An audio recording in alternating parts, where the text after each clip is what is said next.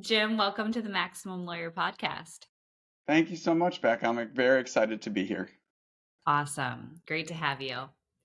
All right. So let's just dive right in.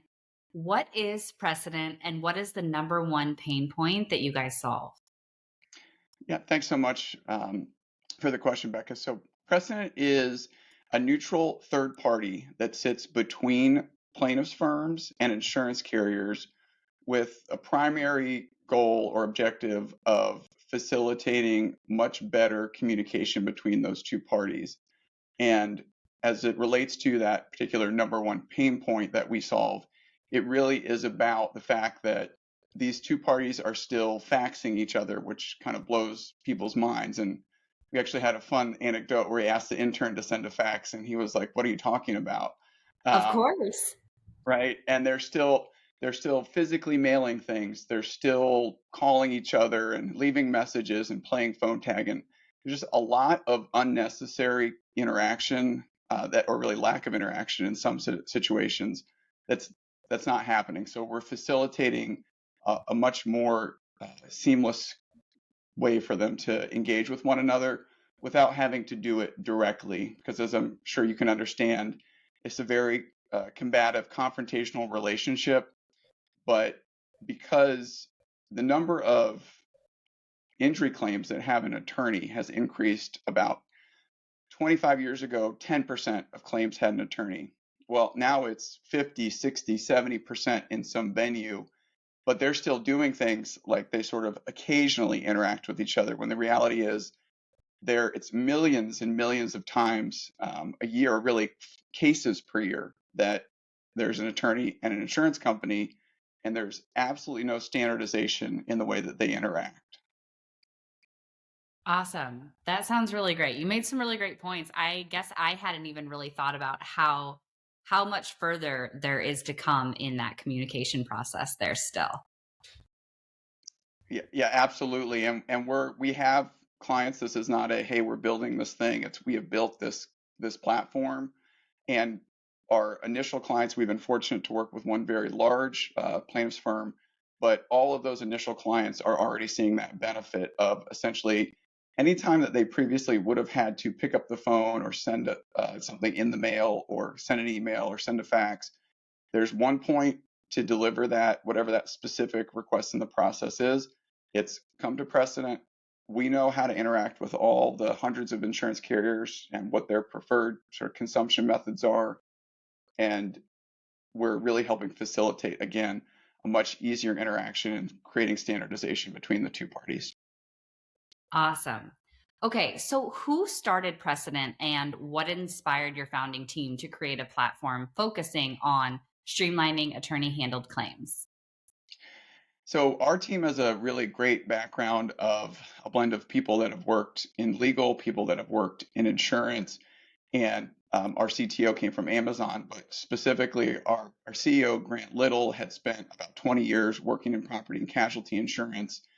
Most recently was the chief technology at National General, but he came up as a casualty and injury claim analyst. So he was looking at all this data, trying to understand trends.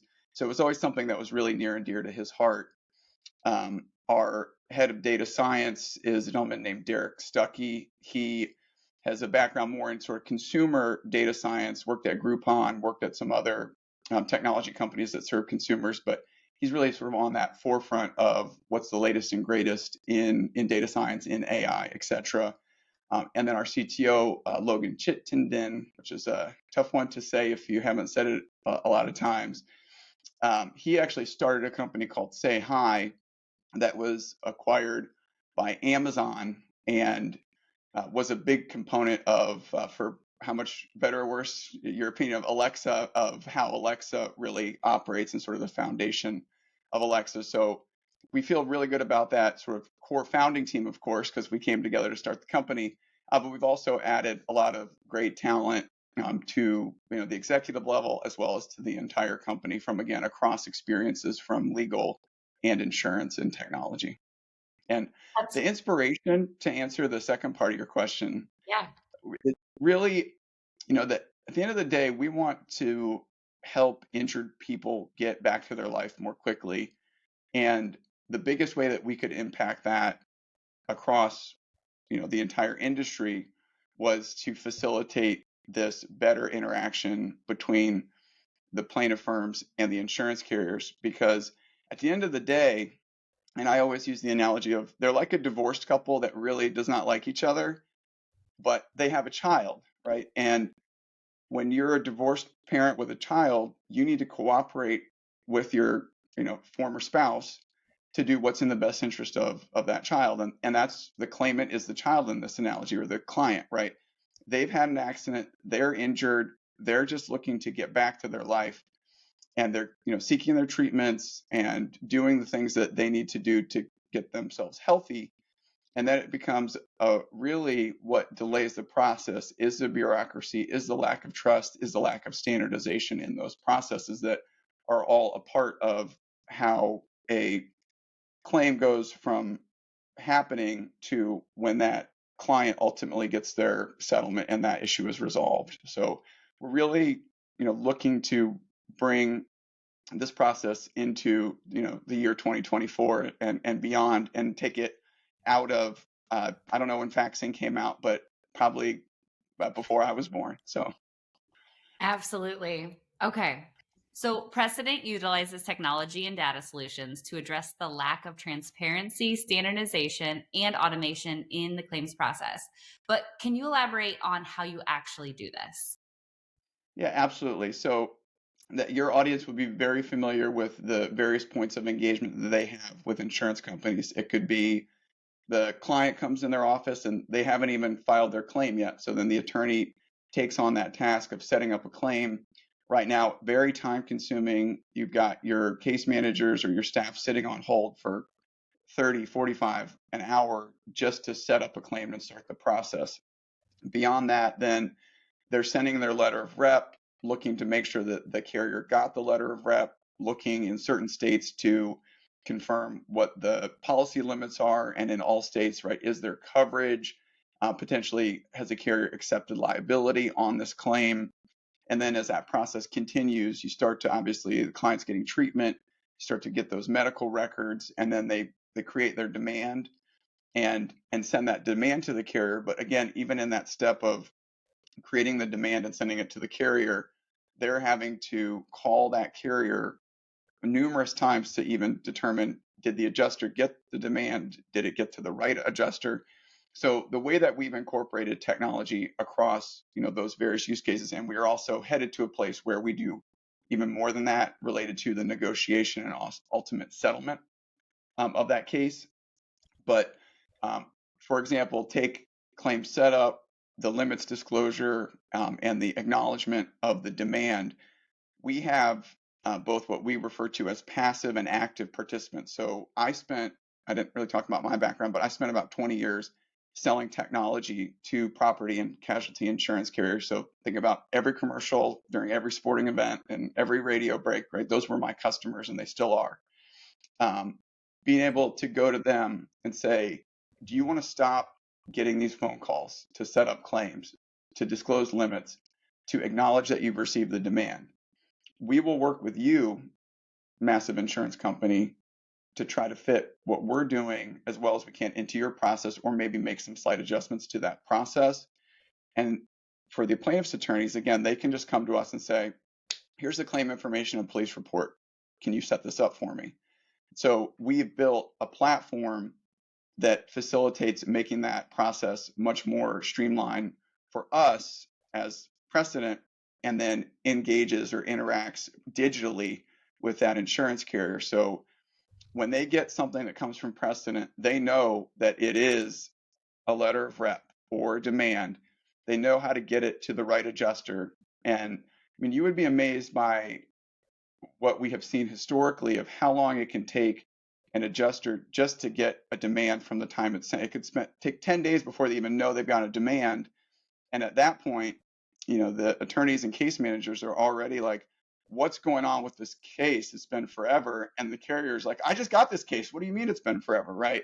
Right. So having to balance those things out. And what we're seeing is, and what is most exciting for, I think, for us at Precedent, but also for the plaintiff firms and for the insurance carriers is we're compressing that timeline, because one of the things that's been really enlightening for me, having spent most of my career working with the insurance carriers, is there's a similar metric that both of them use, but I'm not sure either party is aware of it.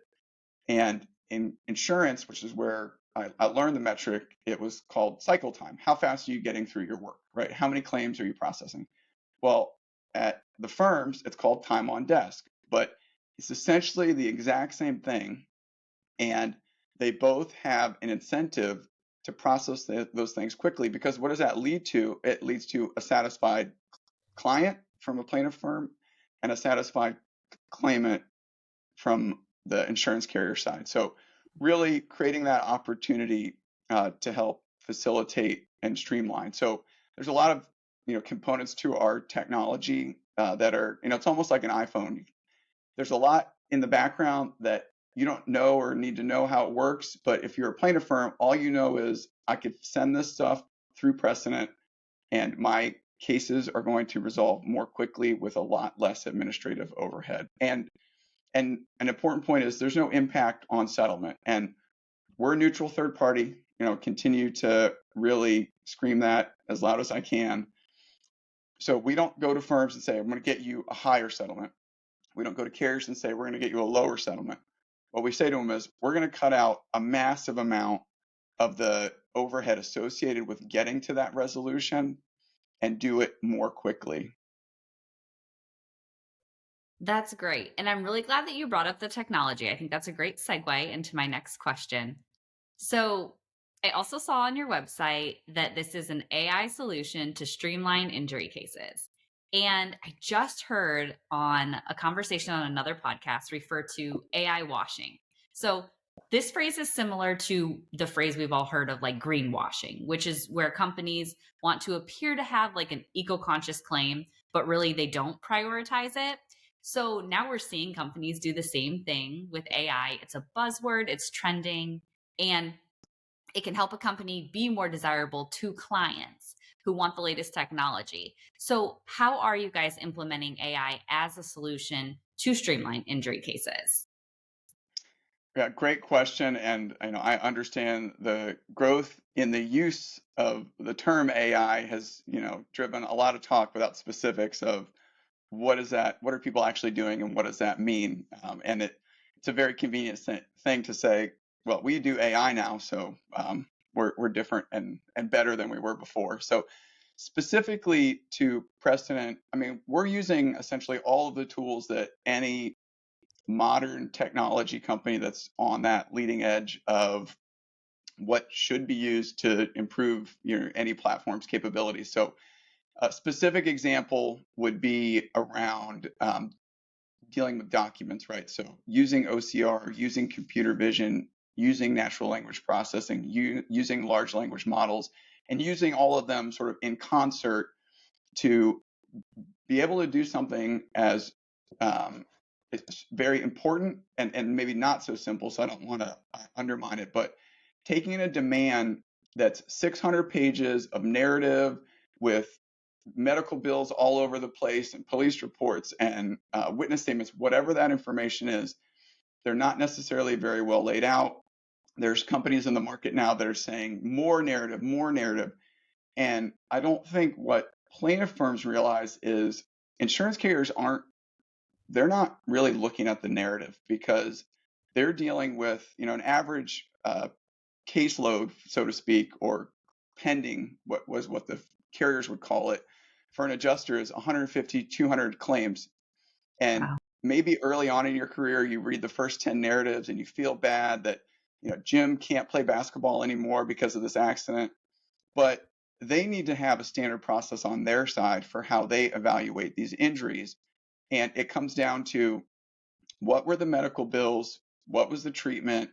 When was it done? What was the frequency? Were they consistent in how they went to treatment? All those things that demonstrate to the carrier that this was, a legitimate injury with a legitimate amount of treatment needed, and this person did everything they could to get their treatment. So because that stuff is all over the place in these demands, what we do as a part of our process before we get that demand piped into the carrier or delivered digitally is actually extract all of the information from that demand that we know the carrier needs to start their evaluation process.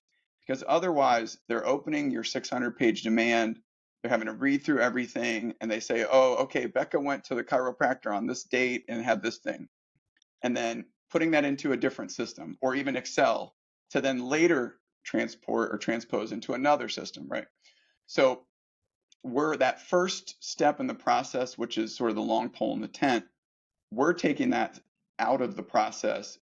And the benefit to the plaintiff firm in us doing that is much higher quality demands. And so before we would send a demand to a carrier, we would actually go through, do our medical bill extraction, sort of analyze the demand and say, hey, you forgot to include, you have 22,000 of medicals in this, there's only 14,000 of bills. Like, where's the rest of the bills? And typically the reaction is, oh, I forgot.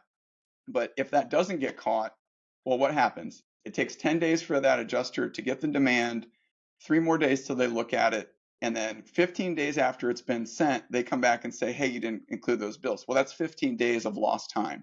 So, Absolutely. and obviously, getting these injured parties paid as quickly as possible is really important to the plaintiff firm. So our ability to do things like identify missing bills, we see wrong claim numbers, wrong adjuster names, wrong, sometimes it's entirely wrong medical bills for the specific client, right? It's like, hey, this is the wrong Jim Andrews or John Smith, right? Again, Yeah.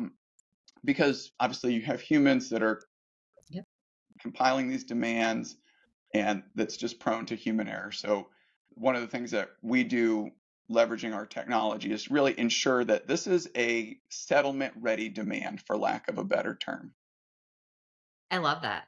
Okay, that's perfect. So your website says that you solve the communication problem between insurance carriers and law firms. And we've covered this a little bit. I want to see if we can go a little deeper. I mean, what is the communication problem between those two? What is the resistance there? Well, obviously they're adversaries, right, in this world, and that's just sort of, it is how it is, and it's not going to change. But another example of the communication problem. So I'm Jim Andrews, attorney at law. You come into my office. I say, Becca, I'm going to help you. We're going to get you what you deserve.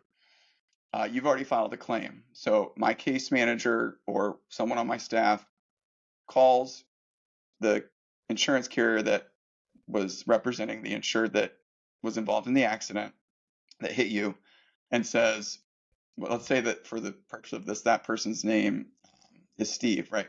What are Steve's limits? What are Steve's limits? What are Steve's limits? And they call, the plaintiff firms call, because it's really important for them to understand, is there even any coverage here? And what we're seeing is about 34% of the time, there's actually no coverage. And so now the attorney knows, okay, this is not a case that anyone's going to take because that person didn't have, or now I know that I need to, becomes more of a first party claim. I need to go after the uninsured motorist um, settlement because that's what's available to help my client, get back to their life. And so the calls, the volume of calls is typically 6 to 8 calls per claimant or per client, right? So we've gone to the carriers and many of the big carriers and said, we can stop the phone calls, but you need to commit to disclosing the policy limits and coverage decisions or liability decisions more quickly. And for the most part, we've got a really strong reception to that because we have to remember they have an obligation in many venues to tell you what the limits are. So we're taking all those inbound phone calls away, but let's not forget about the outbound phone calls that the plaintiff firm has to make. So if you're sitting there and you're running your practice and you're thinking, how can I do more with what I have? Well, stop making all these phone calls and do your limits requests through Precedent and free up that time for more high value tasks, right? I don't think making a phone call and saying what were Steve's limits is the best use of somebody who's working in your office for that same amount of 45 minutes or hour that it might take to get to that information. That's huge. And I love that do more with what you have. I mean, that's really beneficial to especially like the solo and smaller law firm owners. I think that's great. Okay. Yeah, and So, we're actually seeing as well a lot of impact at the higher volume firms because as you grow, and what I've seen is these firms can really grow rapidly, is it's hard to kind of manage that. It gets a little unwieldy, so to speak, and so you lose sight of process quality, and so being able to say, hey, we're all of our claim setup, this happens through Precedent. And we know that it's going to be faster and less expensive. All of our limits disclosure and letter of rep, that happens through Precedent. All of our demand quality reviews and demand delivery, that happens through Precedent. So the high growth, or the firms that are looking to do more with their existing resources are really where we're seeing the most success. absolutely. That's a great point. Okay. So, have you guys seen anything, or do you think that there are two different types of attorneys? So, those who don't actually mind communicating with the insurance companies, and others who wouldn't do it at all if they didn't have to. Similar to how there are law firm owners who still go to court and others who don't. Do you think that Precedent is still beneficial to lawyers who don't mind communicating with insurance companies, or is there a greater gain for them to not do it themselves, even if they like doing it? I can't imagine that any firm likes calling and waiting on hold, and kind of being for lack of a better term, sort of a nuisance, and just having to be super persistent, but they have to do it. But as it relates to, are attorneys never going to go to court, or are they never going to pick up the phone? One of the things that we're actually releasing later this year is the ability to schedule a call through our platform. So the adjuster, they get the demand, they review it, they're ready to negotiate, or even the insurance company could do the same thing, is the ability to say, okay, Jim is available Friday at 10 a.m. Eastern for 30 minutes. I'm going to set this time. So we strongly feel that the actual communication on the most pertinent matters is not, going to be changing dramatically or drastically, but certainly that a lot of, again, sort of mundane, low skill interactions are things that are right to be displaced by technology. Awesome. Okay. So, Precedent accelerates communication, causing rapid resolution. Are you able to put a number or a percentage on how much faster cases do settle? Yeah, absolutely. So overall, back to that time on desk metric that I Yeah. mentioned earlier, seeing that reduced by about 15% on overall time on desk, right?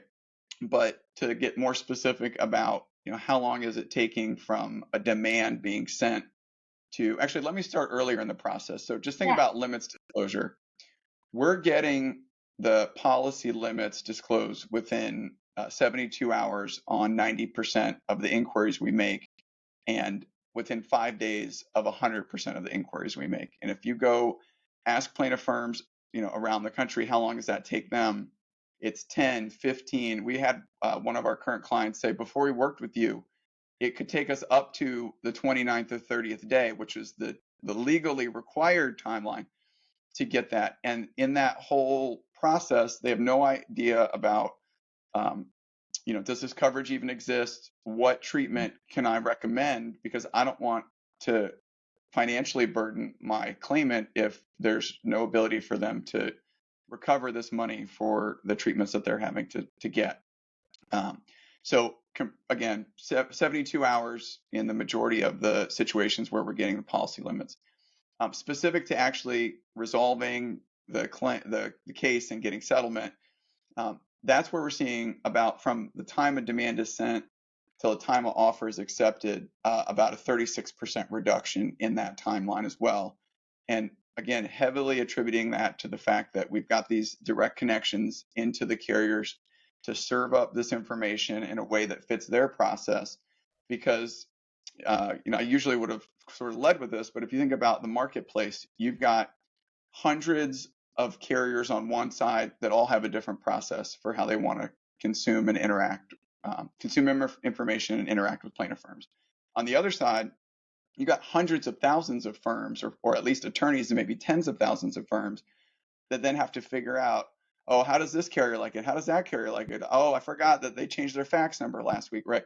Whatever those situations are, that's something that goes away with working with Precedent. And now that we know what the carriers want and how they want to receive this information, we can make sure that it fits into their process, because these are just huge, huge machines with hundreds of thousands. The top 5 carrier each has at any given point over 200,000, some 300, 400,000 injury claims open at the same time.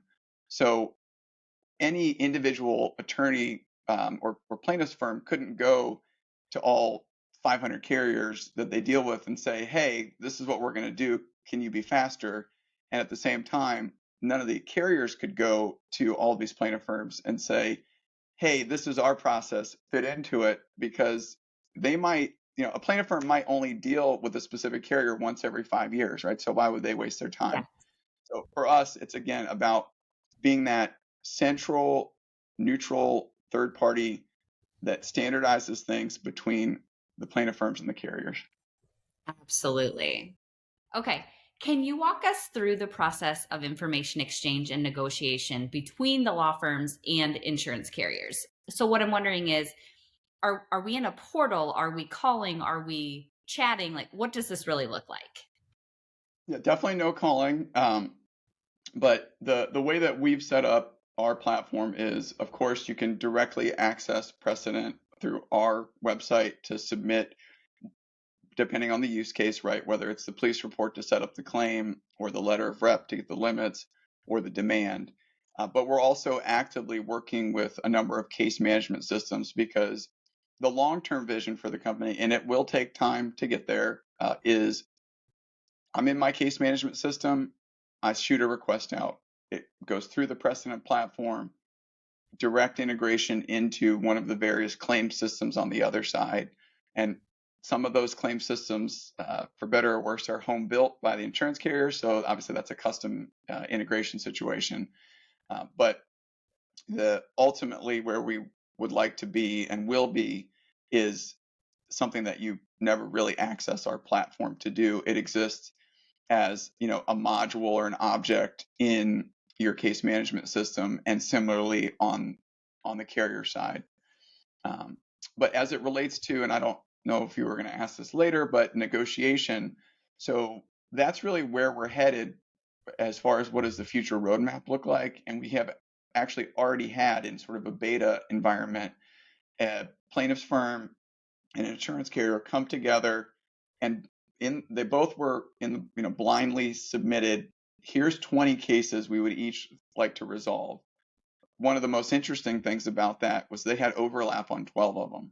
So both parties, without having any knowledge of the other side, both said, hey, I'd really like to resolve these same 12 claims.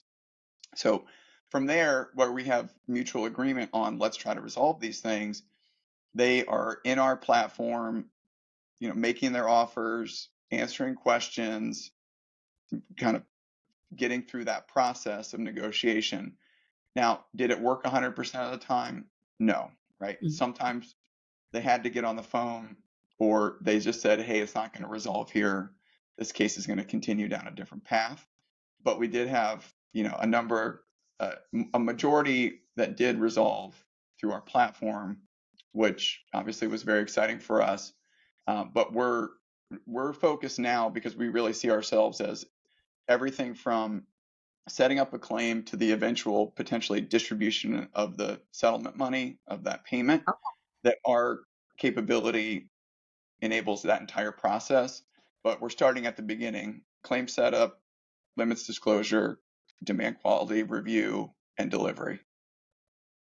Perfect. Okay. Last two questions. So, Yeah. how do you guys help reduce the claim settlement cost? I'm wondering, we've touched on this. Is it just kind of this taking the time and making it take less time, or is there more to it?